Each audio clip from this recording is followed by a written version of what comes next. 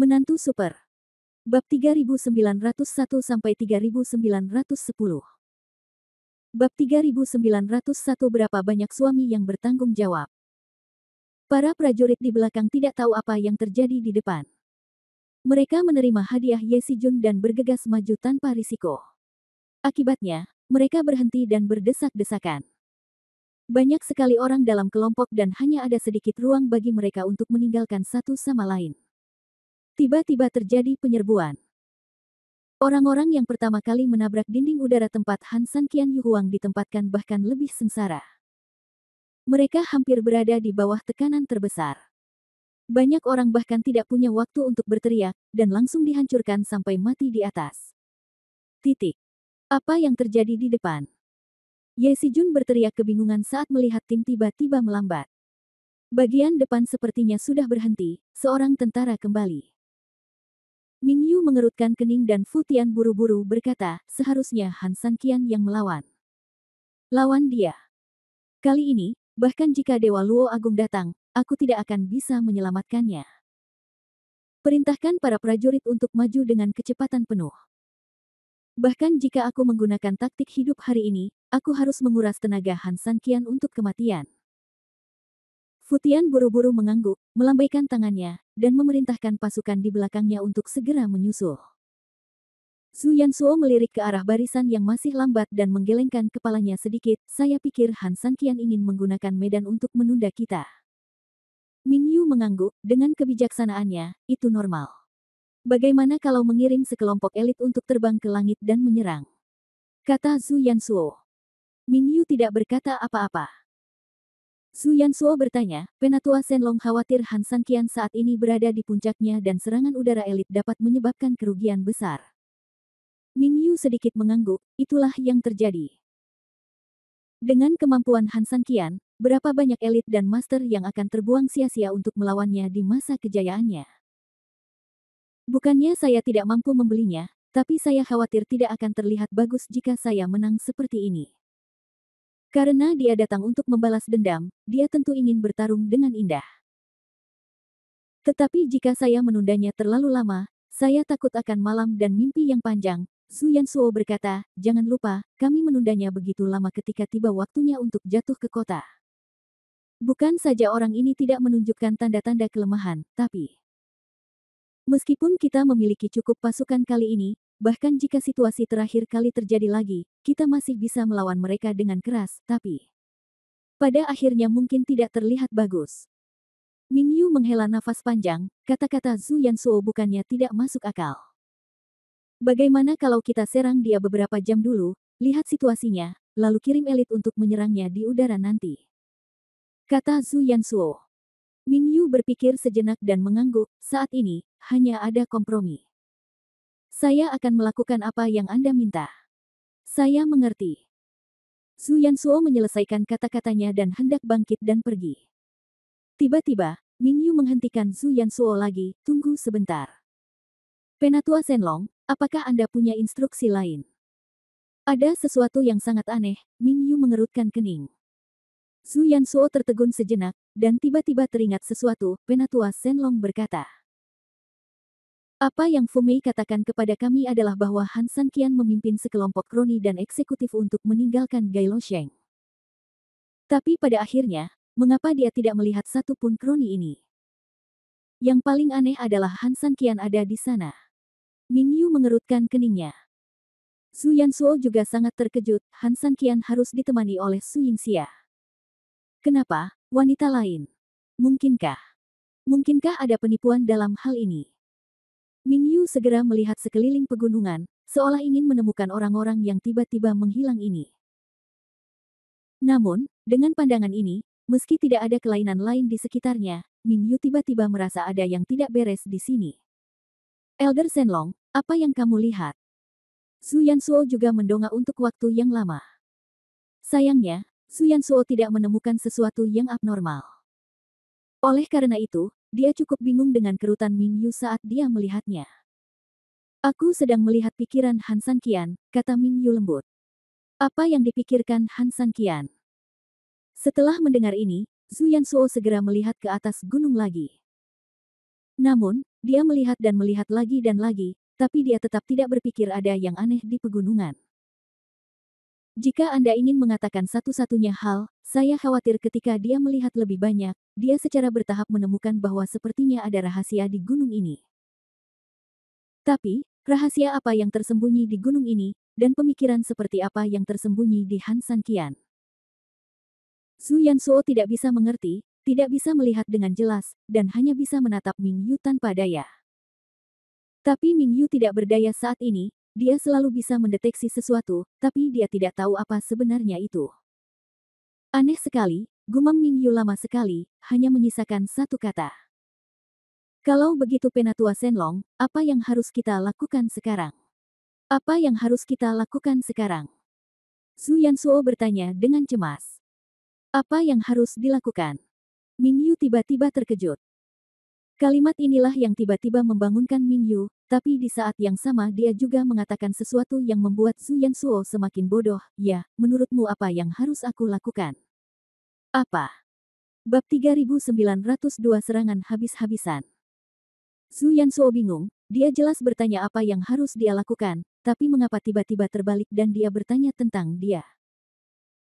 Jika Anda ingin tahu apa yang harus dilakukan, mengapa repot-repot bertanya padanya? Bawahan ini bodoh dan benar-benar tidak tahu harus berbuat apa. Zhu Yansuo menundukkan kepalanya dan berkata dengan rasa malu. Hal ini sangat penting, beraninya dia melawan angin saat ini. Saya pikir perintah kali ini harus diserahkan kepada Ye Xijun, tiba-tiba Ming Yu berkata. Mendengar ini, Zhu Yansuo ragu-ragu untuk berbicara. Ye Xijun bukannya tidak memiliki kecerdasan, tapi itu tergantung dengan siapa dia membandingkannya. Jika dibandingkan dengan orang seperti Han San Qian, dia benar-benar bodoh. Setelah meninggalkan pasukan di bawah komando orang seperti itu, Zhu Yansuo benar-benar tidak mengerti apa yang dinyanyikan Ming Yu. Tapi Ye Xijun ada di sampingnya, dan dia terlalu malu untuk membuka mulut untuk menghalangi Ming Yu. Seperti yang Anda katakan, apa yang harus saya lakukan? Saya yakin Han San Qian juga telah mempertimbangkan masalah ini, dan kemungkinan besar dia telah menebak dan merencanakan apa yang harus saya lakukan, kata Ming Yu dengan tenang.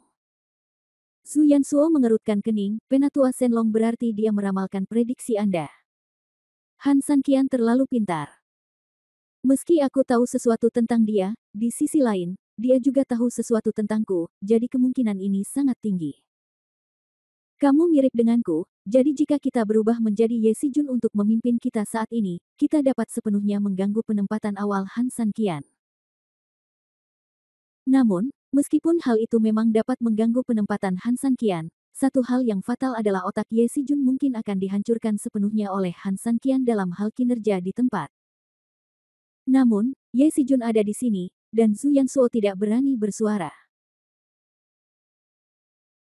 Ming Yu melihat mata Zhu Yansuo dan langsung tahu apa yang dia khawatirkan, dan tersenyum sedikit, meskipun Si Jun memiliki kepribadian yang lebih impulsif dan mudah menjadi sasaran Han San Qian ketika memimpin di tempat, kami memiliki pasukan sebanyak 200.000 orang, dan pasukan kecil ini menargetkannya tidak akan mempengaruhi apapun dalam situasi keseluruhan. Zhu Yansuo mengangguk, bawahan saya juga mengakui Tuan Muda Ye sebagai pemimpin tim. Kemarahan di wajah Ye Xijun tiba-tiba menghilang dan digantikan oleh kegembiraan yang penuh. Kebahagiaan ini datang terlalu tiba-tiba, dan dia tiba-tiba menjadi panglima tertinggi. Inilah yang sebenarnya dia inginkan. Coba pikirkan, jika Anda secara pribadi memimpin pasukan yang terdiri dari 400.000 orang, kejayaan seperti apa yang akan terjadi? Terlebih lagi, pertarungan sebesar ini pasti akan tercatat dalam sejarah. Hei, coba pikirkan, ribuan tahun kemudian, masih akan ada legenda tentang dia yang beredar di sungai dan danau.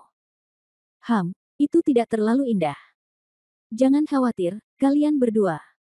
Jika Si Jun memimpin tim, dia pasti akan dibunuh. Han San Qian meninggalkan baju besinya dan berlutut untuk memohon belas kasihan. Setelah mengatakan ini, dia menyingkirkan Futian dengan bangga. Futian meminta maaf, dan tentu saja dia sangat senang. Lagi pula, Ye Xijun mengambil alih kekuasaan, dan statusnya di Futian secara alami meningkat. Ming Yu tidak mengatakan apa-apa, dia mengeluarkan token hitam dari tangannya dan menyerahkannya dengan lembut kepada Ye Xijun, ini adalah jimat senjata. Mulai sekarang, seluruh pasukan akan berada di bawah komandomu. Ye Sijun mengambil token itu dan tidak bisa menyembunyikan kegembiraannya. Ya. Ming Yu mengangguk, kita seharusnya menghadapi blokade Han San Qian di depan. Dia mungkin datang ke sini untuk mengambil alih penghalang sesuai dengan medannya. Selain itu, kita belum bertemu dengan eksekutif yang disebutkan Fu Mei. Saya sangat meragukannya. Di sana mungkin ada penyergapan di suatu tempat. Sisanya terserah Anda untuk memutuskan. Selain itu, saya punya permintaan kecil. Karena Anda sekarang adalah panglima tertinggi, saya harap Anda membuat semua keputusan sendiri daripada mendengarkan pendapat orang lain. Ye Sijun mengangguk seperti orang bodoh. Saat ini, dia benar-benar tenggelam dalam kegembiraan mengambil alih kekuasaan. Baginya, kata-kata Ming Yu lebih seperti memberitahunya bahwa dia bisa sepenuhnya mengendalikan segalanya. Bagaimana dia bisa mengetahui hati nurani Ming Yu yang sebenarnya? Oke, silakan saja, kata Ming Yu. Ye Sijun memegang jimat militer dan menerima perintah untuk pergi. Sesaat kemudian, ia sudah berada di depan pasukan didampingi Fu Tiandi. Dengan satu gerakan jimat prajurit di tangannya, seluruh pasukan berlutut serempak. Dengarkan perintahku. Ye Sijun berkata dengan angin musim semi di wajahnya, tentara terus menyerang secara frontal, tidak boleh ada kesalahan. Ya. Fu Tian. Bawahanku ada di sini. Kirimkan elit untuk menyerang dari bagian lain gunung. Aku akan membuatkan pangsit Han San Qian untuknya. Ya. Merayu. Klakson pengisi daya berbunyi di langit, dan genderang yang mengguncang tentara bergemuruh. Tiba-tiba, di sekitar gunung dan di langit, tentara dengan gila-gilaan mendesak menuju puncak gunung. Bab 3903 Han San Qian tersenyum. Mereka datang. Di puncak gunung, Ning Yue melihat elit musuh yang menyerang dari langit, dan tidak bisa menahan senyum. Ini tidak seperti gaya akting Ming Yu. Dia tidak akan terlalu agresif, Ning Yue berkata sambil tersenyum, jadi, seperti yang Anda harapkan, Ye Sijunlah yang mengambil alih komando. Han San Qian mengangguk. Entah itu Ming Yu atau Su Yansuo, dengan kehati-hatian mereka, sangat mustahil bagi mereka untuk terburu-buru dalam waktu sesingkat itu. Menurutmu mengapa mereka akan mengganti pelatih mereka untuk sementara? Ning Yue benar-benar bingung. Lagi pula, merupakan hal yang tabu bagi ahli strategi militer untuk mengganti komandan sementara selama perang. Ning Yue tidak akan pernah berpikir bahwa situasi seperti itu akan terjadi bahkan jika dia memikirkan 10.000 kemungkinan. Sederhana sekali, Ming Yu adalah orang pintar sepertimu. Han San Qian terkekeh ketika kamu mencoba mengepung seseorang dengan hampir 100.000 orang dan tidak hanya gagal tetapi juga dikalahkan, kamu juga akan memiliki keraguan tentang orang ini. Jika Fu Mei mengkhianati kita, dia pasti akan memberitahu mereka informasi tentang berapa banyak orang yang telah kita melarikan diri. Mereka tiba-tiba tidak dapat melihat keberadaan orang-orang ini. Mereka pasti pernah digigit ular, dan mereka takut dengan tali jerami. Untuk 1000 tahun. Jadi, Ming Yu akan membuat penyesuaian baru karena dia tidak yakin bagaimana orang-orang hilang ini akan menyergapnya. Kata Ning Yue. Han San Qian mengangguk, ya, dia pasti menang, jadi dia tidak boleh kalah. Ditambah dengan rasa takutnya padaku, dia secara alami kemungkinan besar pintar tetapi disalahartikan karena kepintarannya. Ning Yue mengerti, dia khawatir akan diprediksi olehmu, jadi dia menggunakan Ye Sijun, yang benar-benar di luar rutinitas, untuk berurusan denganmu dan mencoba mengganggu rencanamu. Tapi yang tidak dia duga adalah meskipun begitu, dia masih sesuai anggaran Anda. Dalam jangkauan. Han San Qian tersenyum lembut, yang kutunggu adalah Ming Yu bermain denganku seperti ini. Awalnya, aku mengira dia akan seperti ini karena dia menjalin hubungan denganku, tapi aku tidak menyangka dia akan seperti ini pada awalnya. Dia terlalu berhati-hati dan tidak mampu menanggung kerugian. Jika kamu tidak mampu menanggung kerugian, sebaiknya kamu pulang dan menjaga anak-anakmu. Setelah menyelesaikan kata-katanya, Han San Qian melirik ke arah para elit di langit, orang-orang itu adalah pasukan utama yang membuka pintu. Mereka pasti ingin mengandalkan mereka untuk melakukan pelanggaran utama pertahanan. Menurut rencana awal, mereka menyerahkan selesai aku akan menghadapinya. Saya mengerti. Ning Yue mengangguk. Selain itu, biarkan mereka tenang dan pastikan musuh benar-benar masuk ke dalam jebakan sebelum mengambil tindakan. Ning Yue mengangguk, jangan khawatir. Oke, aku akan tampil dulu. Begitu Han Sanqian selesai berbicara, dia langsung menarik kedua batu itu dengan tangannya, menutup mulutnya yang cekung, lalu naik ke langit untuk menghadapi musuh di udara. Saat ini, Ning Yue juga bersiul di mulutnya. Detik berikutnya, beberapa sosok tiba-tiba muncul di puncak gunung di kedua sisi, membidik musuh yang berada di mulut cekung dan membombardir mereka dengan liar. Dan Ning Yue juga memiliki banyak energi di tangannya, dan dia menjaga jalan sempit di antara dua batu besar. Hanya satu orang yang bisa berdiri di depannya, dan tidak ada yang bisa menerobos. Di jalan yang cekung, pasukan musuh berkulit hitam berada dalam kekacauan karena saling dorong dan terjepit. Kini musuh dari tempat tinggi membombardir mereka dengan liar. Hanya bisa melarikan diri dengan panik. Ledakan. Hampir di saat yang bersamaan, Han Sanqian juga bertarung dengan para elit berpakaian hitam di langit. Tiba-tiba api berkobar di langit, membuat langit terang dan gelap. Teruskan. Di sekitar puncak gunung dan di semua jalan, para eksekutif senior Futian dan Fujia mengikuti perintah Ye Sijun dan memimpin pasukan dari berbagai tempat untuk menyerang puncak gunung. Namun, tidak lama setelah mereka menyerang, serangkaian ledakan tiba-tiba terjadi. Jelas sekali, Han Sanqian telah melakukan penyergapan di sekitar puncak gunung terlebih dahulu. Begitu mereka memasuki lingkaran penyergapan, perang segera berkobar. Ledakan. Bang bang bang. Di pegunungan, di langit, dan di jalan cekung yang hendak mencapai puncak gunung, berbagai serangan mantra dan ledakan warna-warni muncul satu demi satu. Untuk sementara waktu, perang berkecamuk di angkasa. Bunuh, bunuh, bunuh, bunuh untukku. Ye Sijun meraung keras dan memberi perintah dengan penuh semangat. Namun, saat ini terjadi kecelakaan. Ledakan. Sebuah ledakan besar terdengar. Ye Sijun dan Ming Yu melihat suara itu dan terkejut pada saat yang sama. Bab 3904 ledakan terjadi. Di lokasi ledakan, sekelompok orang terkejut karena berada di kaki gunung. Apakah itu area belakang pasukan mereka yang berkekuatan 200.000 orang? Tapi di manakah orang-orang di belakang mereka?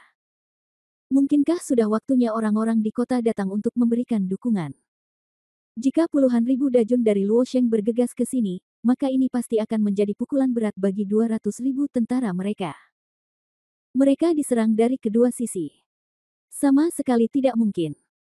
Kami memiliki 200.000 tentara yang mengepung kota Gailuo. Apalagi pasukan manapun yang bisa menyerbu ke sana, bahkan seekor lalat pun hanyalah mimpi. Ye Sijun berteriak dengan marah, tidak pernah percaya bahwa ini mungkin.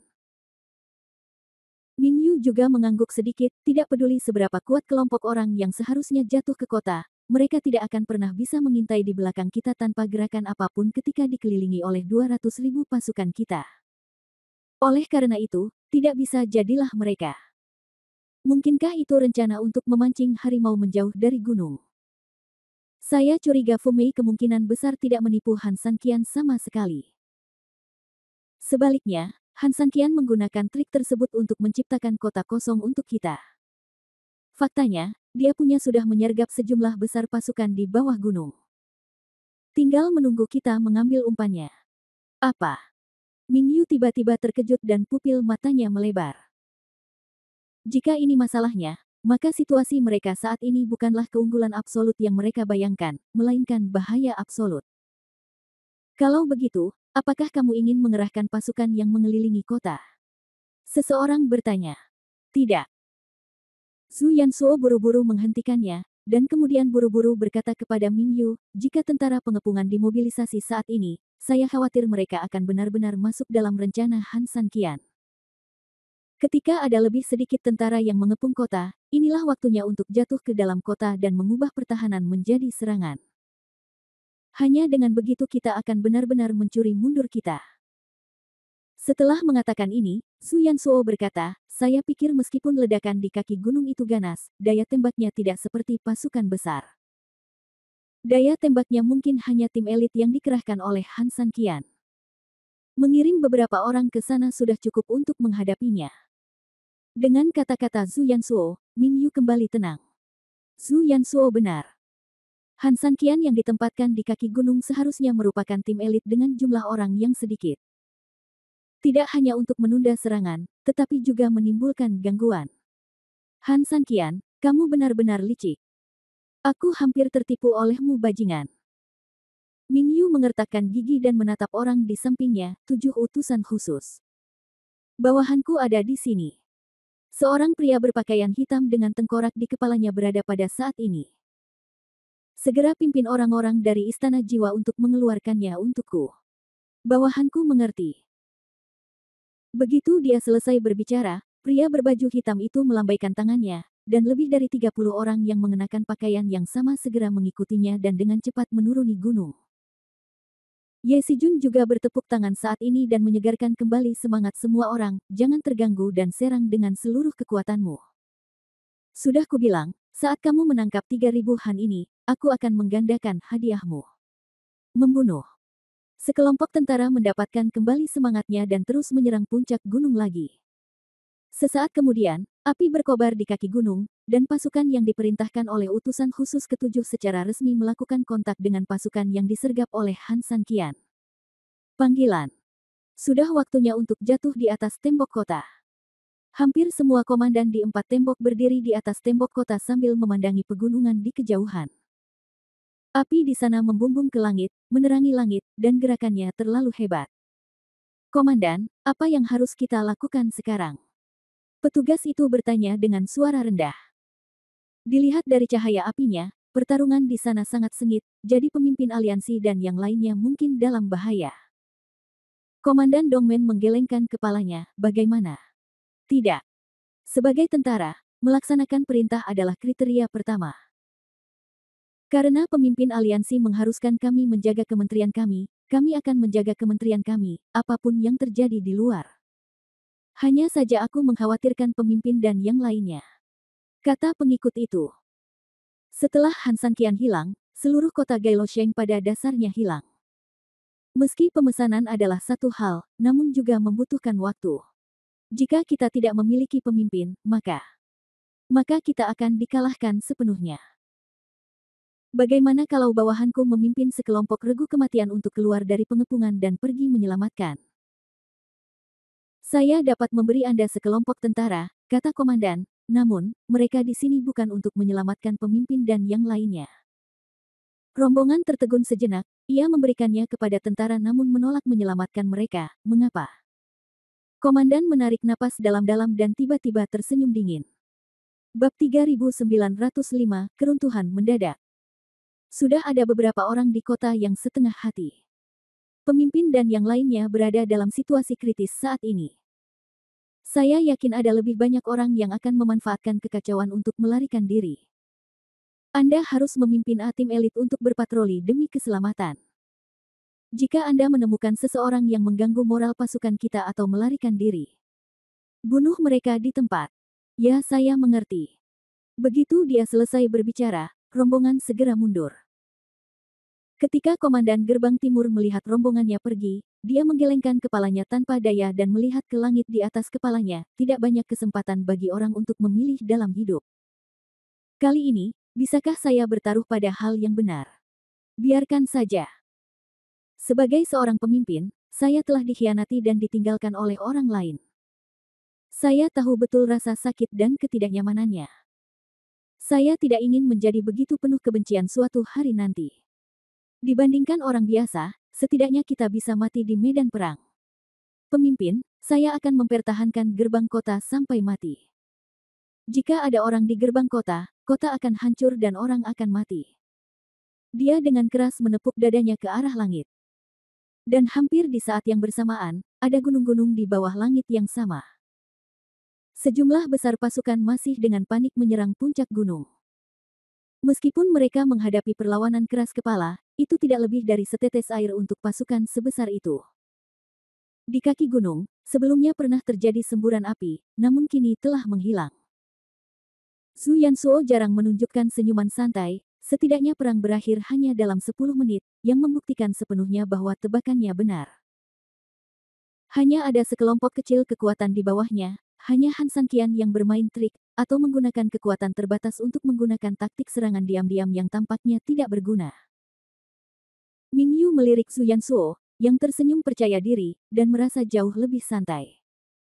Sepertinya apa yang diharapkan Tuan Kota Zhu benar. Seseorang mulai menyanjung Zhu Yansuo saat ini. 3.000 pasukan Han dikepung oleh kita, dan dia mencoba menakut-nakuti kita dengan kekuatan kecil yang datang di belakang kita. Orang ini benar-benar licik hingga ekstrim. Jika Tuan Kota Zhu tidak begitu tenang dan tenang, Han Sanqian akan sangat mengejutkan kita. Mingyu juga sedikit mengangguk. Melihat masalahnya sekarang, dia memang terlalu gugup.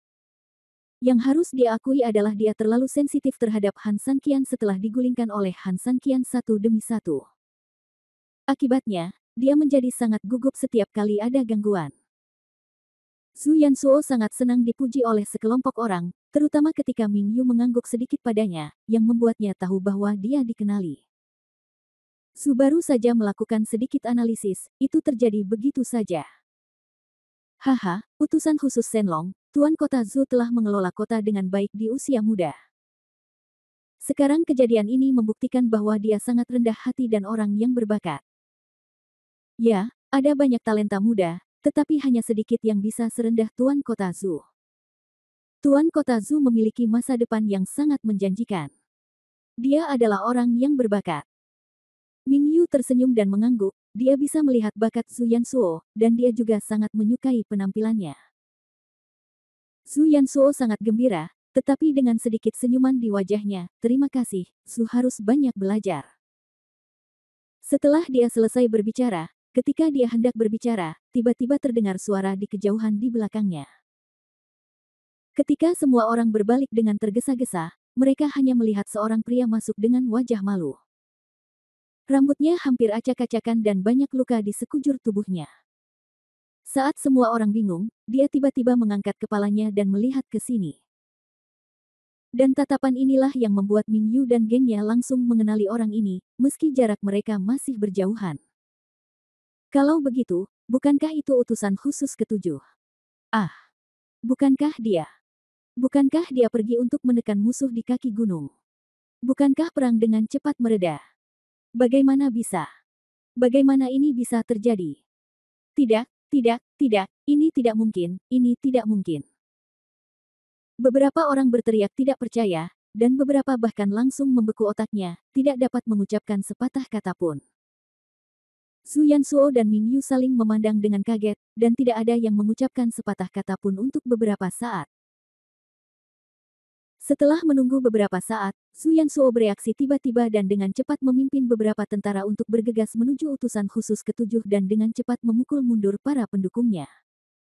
Utusan ketujuh berlumuran darah dan tampak sangat pucat. Utusan khusus ketujuh, kamu. Mingyu memandang utusan khusus ketujuh dengan kaget, benar-benar bingung. Bagaimana dia bisa menjadi seperti ini? Dia gagal. Laporkan.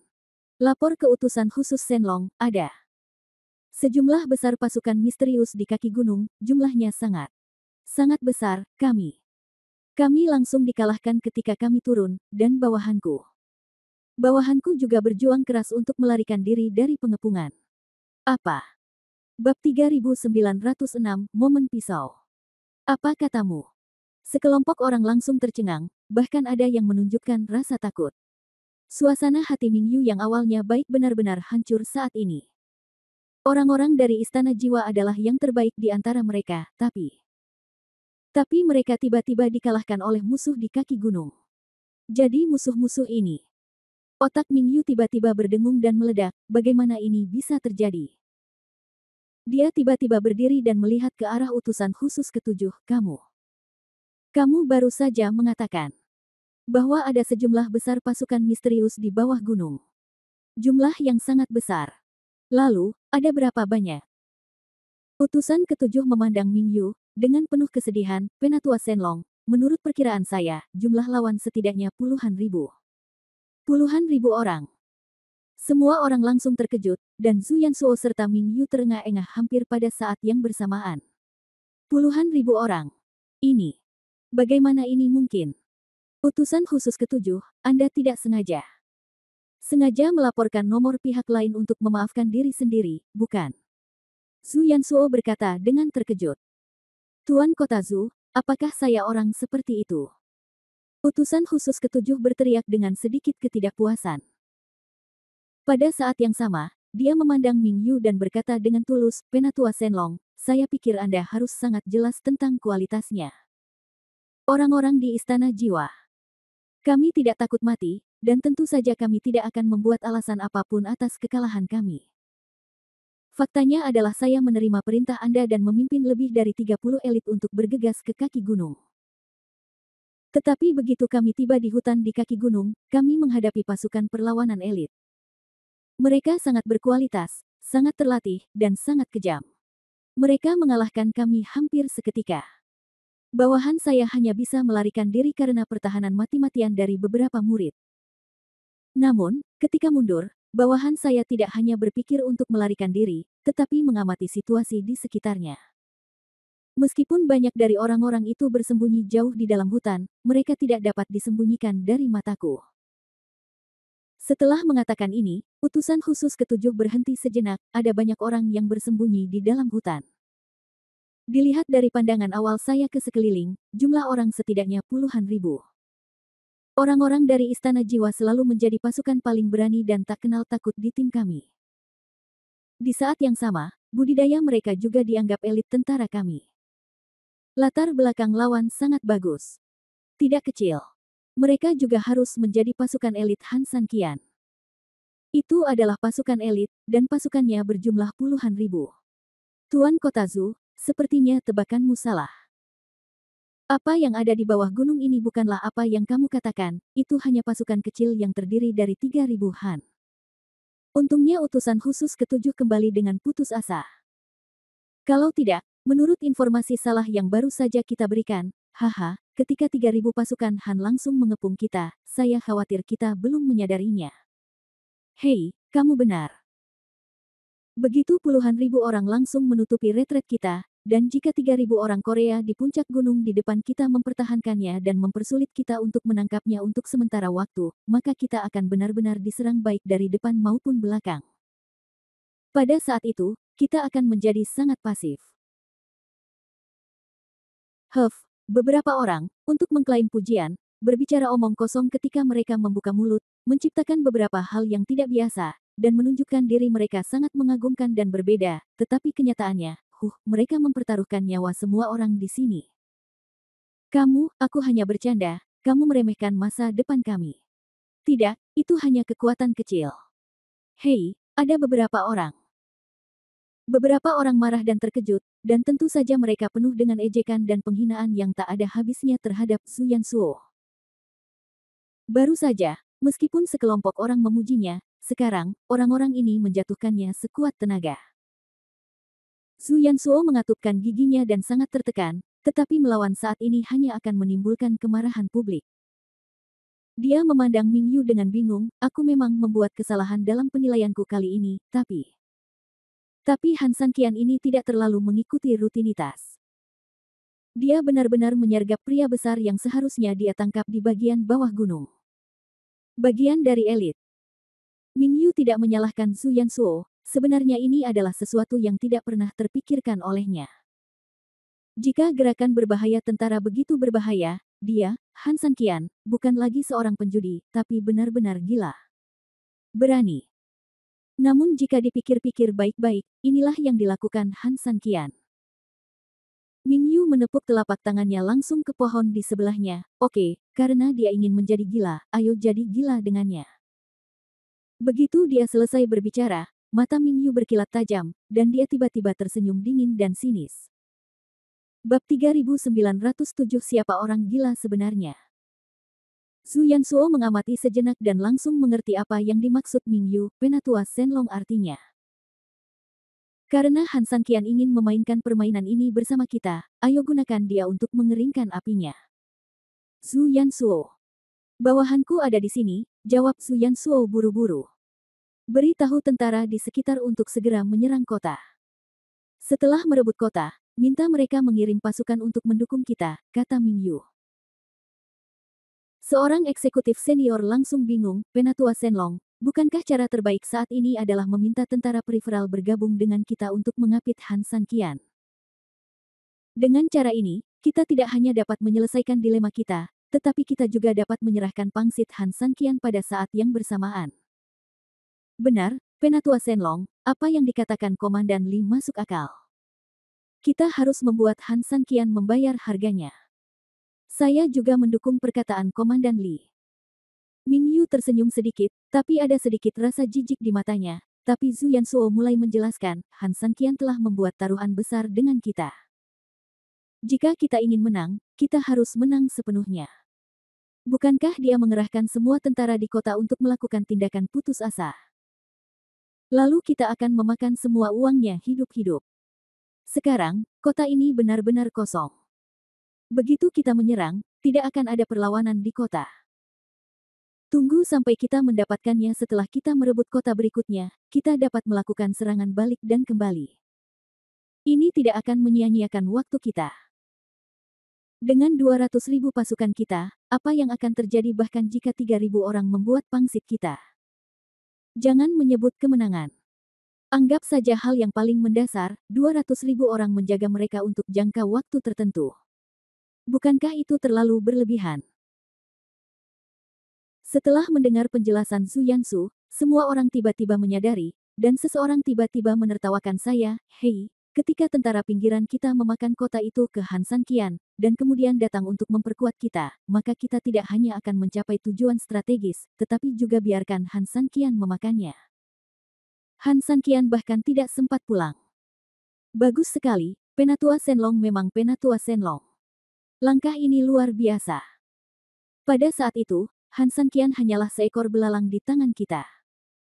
Kita dapat melakukan apapun yang kita inginkan. Jadi bagaimana kalau kamu orang gila?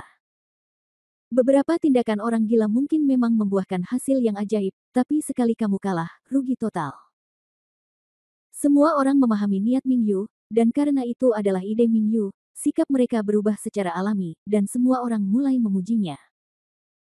Melihat tidak ada yang keberatan, Mingyu memandang Zhu Yansuo, biarkan tentara di sekitarnya melancarkan serangan umum.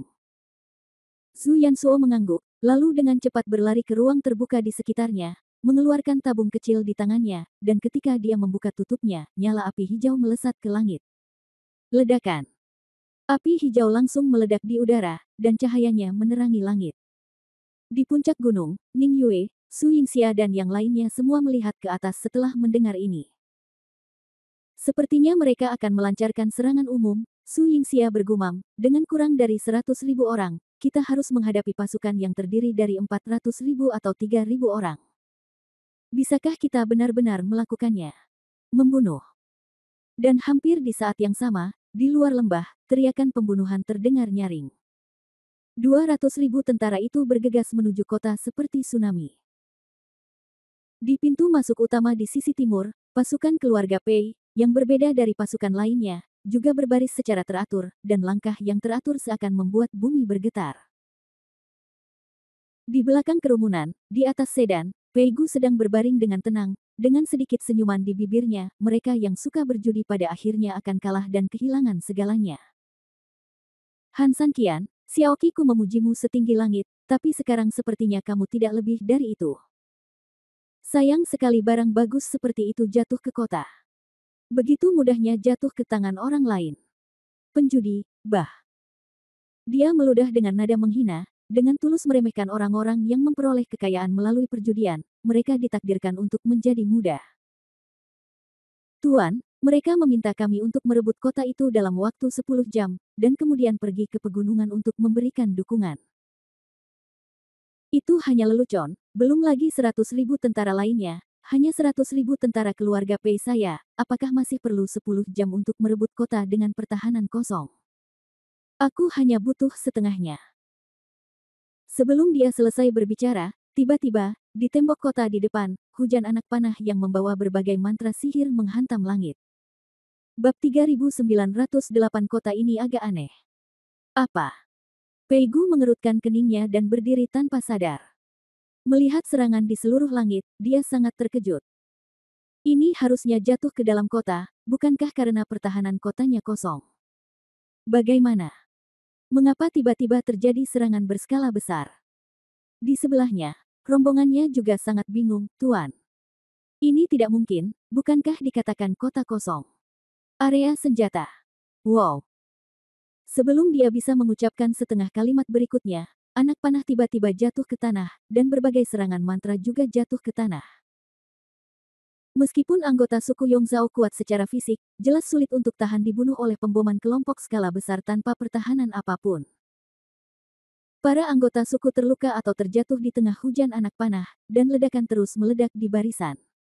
Ledakan, ledakan, ledakan. Dan hampir di saat yang bersamaan, ledakan juga terdengar di 3 sisi pertahanan kota lainnya pada saat yang bersamaan. Melihat sekeliling, seluruh kota Gailuo dikelilingi oleh api, dan api perang berkobar. Ini. Pelayan itu benar-benar terpana dan tidak bisa berkata-kata. Bahkan Pei Gu, sebagai kepala keluarga, tercengang saat ini dan tidak tahu apa yang sedang terjadi. Ada perang di semua sisi, dan pertempuran sangat sengit. Ini bukan kota kosong. Ini jelas kota yang penuh dengan pertahanan besi. Apa yang mereka lakukan di sana?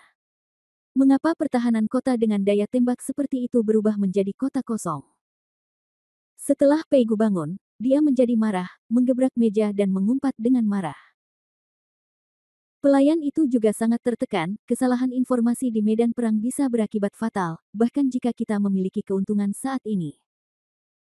Benar, Patriark, rakyat kita telah menyerang kota secara mendalam, dan sangat sulit untuk mundur sekaligus.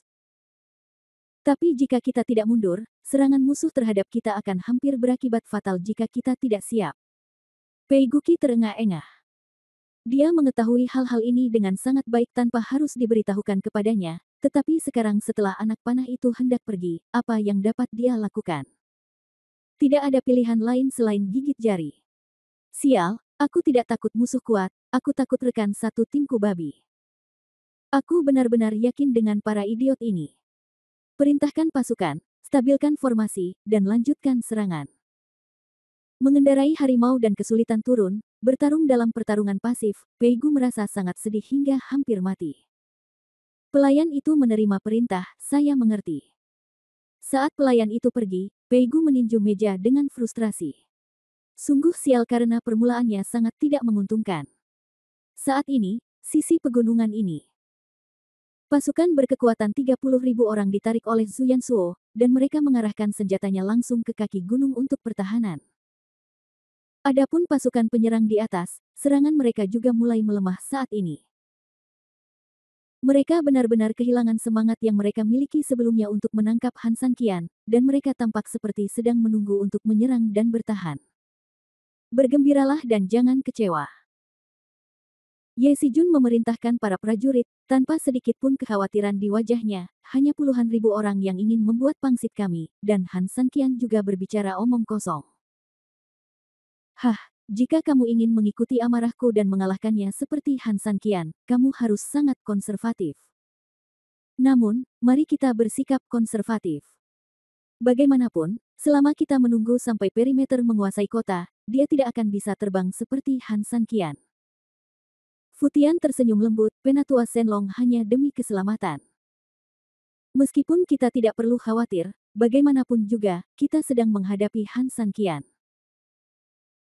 Jika orang ini menyerang kita dari kepala hingga ekor, jika sesuatu yang tidak terduga terjadi, jika dia melarikan diri, kita akan menderita kerugian besar. Ye Sijun mengangguk, jangan khawatir, saya masih bisa memahami ini. Apakah menurut Anda tuan muda ini bodoh?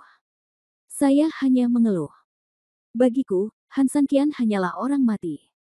Itu hanya perbedaan antara mati lebih awal dan mati terlambat.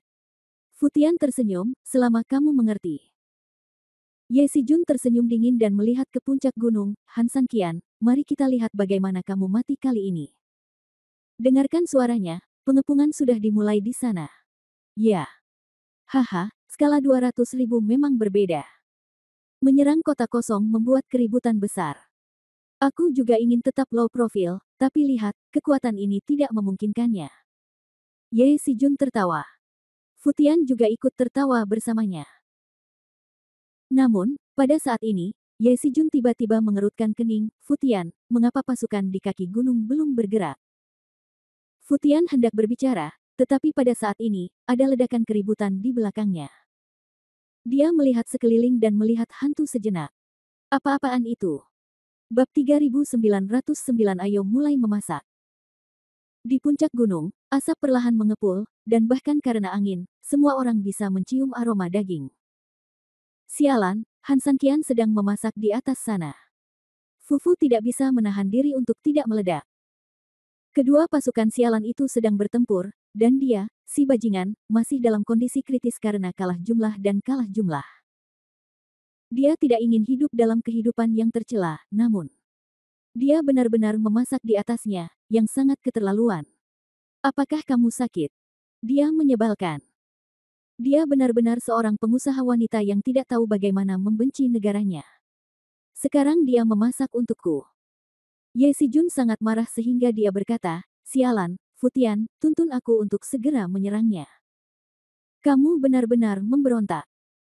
Sial, aku masih lapar, tapi itu bagus untuknya. Ibunya sudah memasak makanan, sial, itu masih daging panggang. Futian merespons dan hendak mengambil tindakan, tetapi Zhu Yansuo memblokirnya di depan. Apa, Zhu Yansuo? Aku akan mengirim pasukan, apakah kamu siap menghentikanku? Ye Sijun mendengus tidak puas, jangan lupa, Penatua Senkong menyerahkan komando seluruh pasukan kepadaku, kamu bilang begitu. Tidak dihitung. Zhu Yansuo terlihat sangat jelek sejak Ming Yu tiba, Ye Sijun tidak bersikap sopan di hadapannya, yang membuatnya sangat tidak bahagia. Namun, siapapun yang memanggilnya Tuan Muda, dia tidak punya pilihan lain selain menelan amarahnya. Pengaturan apa yang dimiliki Tuan Ye, tentu saja Zhu tidak akan berani bertanya. Jika kamu tidak berani bertanya, lalu mengapa kamu ada di sini? Ye Sijun berkata dengan dingin. Zhu Yansuo hendak berbicara ketika Ming Yu berjalan perlahan, saya memintanya untuk datang dan mengatakannya, apakah tidak apa-apa. Setelah menyelesaikan kata-katanya, Ming Yu memandang Zhu Yansu, Tuan Kota Zhu, jika ada yang ingin Anda katakan, katakan saja. Zhu Yansuo mengangguk, Han Sanqian menjaga jalan menuju puncak gunung. Para elit yang kami serang dari udara tadi juga dibubarkan oleh Han Sanqian. Sekarang, bagian belakang kami dikepung oleh pasukan besar, dan moral kami tidak terlalu baik. Benarkah Han membuat api di Gunung Sanqian untuk memasak karena dia lapar? Ming Yu sedikit mengangguk, maksudmu, orang ini sengaja mencoba menurunkan semangat kita. Bawahan saya yakin jika kita menyerang puncak gunung saat ini, akan sulit untuk merebutnya dalam waktu singkat. Para prajurit akan agak putus asa. Saat kita memikirkan duri di belakang kita kapan saja, tidak ada yang akan merasa nyaman. Kata Zhu Yansuo. Jadi, yang dimaksud Tuan Kota Zhu adalah, bawahanku punya saran yang belum matang. Han Sanqian bisa membuat api dan memasak, begitu juga kita. Kita harus memasak lebih baik dan lebih banyak daripada dia, kata Zhu Yansuo. Ye Sijun bergumam, kamu juga tahu bahwa saranmu tidak matang. Futian buru-buru meraih Ye Sijun dengan lembut dan menyuruhnya untuk tidak mengatakan apapun, dan semuanya akan tergantung pada apa yang dikatakan Ming Yu. Oke, perintahkan pasukan, kecuali penjaga dasar, untuk menyalakan api dan memasak. Ming Yu mengangguk, ini bagus, setidaknya ini akan memberi lebih banyak waktu bagi pengepungan luar. Zhu Yansuo buru-buru menerima perintah, ya. Setelah menyelesaikan kata-katanya, Zhu Yansuo meniup klakson sisanya.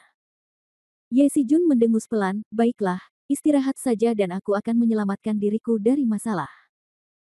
Setelah mengatakan ini, dia menemukan tempat teduh untuk berbaring dengan perasaan tidak puas. Setelah beberapa saat, tidak hanya asap yang mengepul dari puncak gunung, tetapi daging juga ikut dimasak di lereng gunung. Sepertinya ada yang mengikuti. Su Yingxia tidak bisa menahan senyum ketika dia mengambil daging panggang Han Sanqian. Han Sanqian tersenyum menghina. 3000, katakan padaku, jika kita memanfaatkan momen ini untuk menyerang mereka, apakah mereka akan lengah? Ning Yue berkata sambil tersenyum saat ini, biarkan mereka belajar dari kita. Kalau kita serang mereka sekarang, tentu mereka akan lengah. Namun, dengan 200.000 tentara, berapa banyak dari mereka yang bisa kita serang? Han San Qianyao dia menggelengkan kepalanya dan menolak. Dimanapun di dalam gunung, termasuk puncak gunung, berbahaya dan dapat dipertahankan. Jika itu adalah tempat lain, akan menjadi mimpi bagi Han San Qian untuk mengandalkan kekuatannya sendiri untuk menahan serangan begitu banyak orang. Kalau begitu kita hanya akan membuang waktu bersama mereka.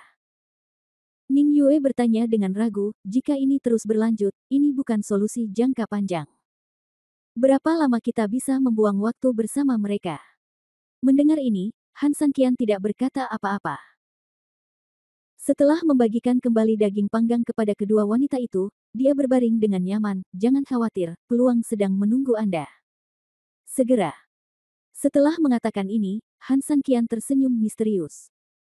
Bab 3910, mempermainkan mentalitas satu sama lain. Setelah makan malam, kalian berdua harus istirahat sebentar. Kemudian departemen lain bisa istirahat secara bergiliran di titik penyergapan, kata Han San Qian. Ning Yue sedikit khawatir, sekarang. Apakah kita istirahat sebentar? Kalau kita masih harus shift dan istirahat saat ini, apalagi yang lain tiba-tiba meningkatkan intensitasnya untuk menyerang kita. Kalaupun itu serangan biasa, kita tidak akan bisa untuk menahannya. Su Yingxia sedikit khawatir, kata. Han San Qian menggelengkan kepalanya, sudah ada perkelahian di luar, dan mereka sekarang bersiap melawan kita. Bukankah niat mereka sudah jelas? Mereka menghabiskan waktu sebanyak mungkin bersama kita, dan tujuan mereka adalah menunggu sampai waktunya tiba.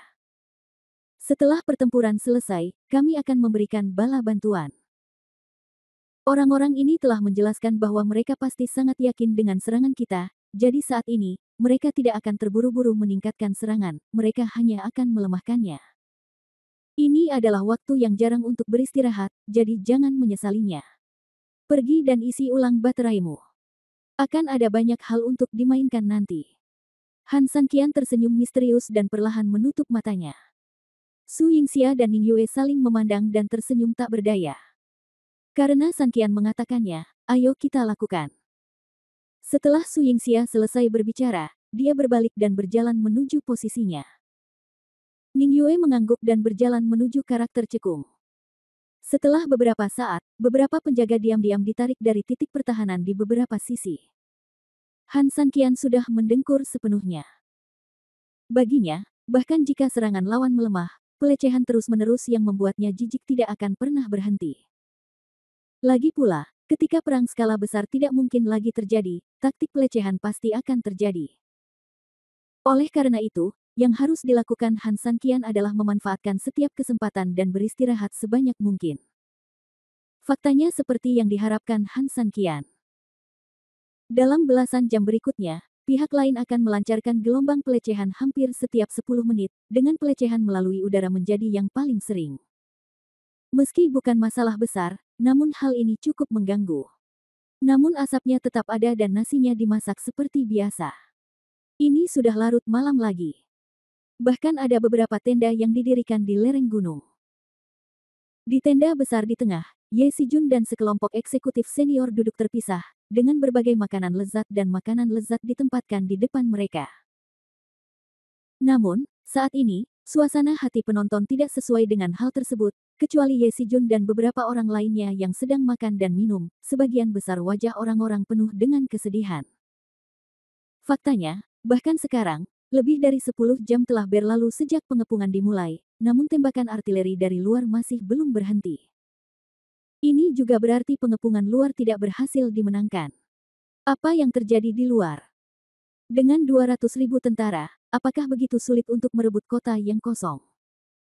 Sudah lebih dari 10 jam dan masih belum bisa dikalahkan. Jangankan pasukan berkekuatan 200.000 orang, bahkan pasukan berjumlah puluhan ribu pasti akan mudah. Sial, menurutku mereka hanya mengulur-ulur waktu dalam pekerjaannya.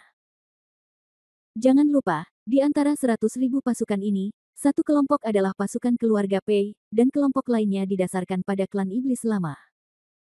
Dengan kata lain, itu adalah bukan aku. Di dalam klan, pikiran mereka pasti berbeda. Masuk akal. Mengapa orang-orang dari keluarga Pei ada di sini? Lagi pula, semua orang mengetahuinya. Bekerja keras tetapi tidak berkontribusi adalah hal yang normal. Adapun iblis-iblis tua itu, ya, di permukaan mereka tampaknya setia kepada kita. Tapi apa kenyataannya? Jangan lupa, semuanya, Istana 100 Iblis dan Istana Iblis Surgawi telah mengkhianati kita sejak lama.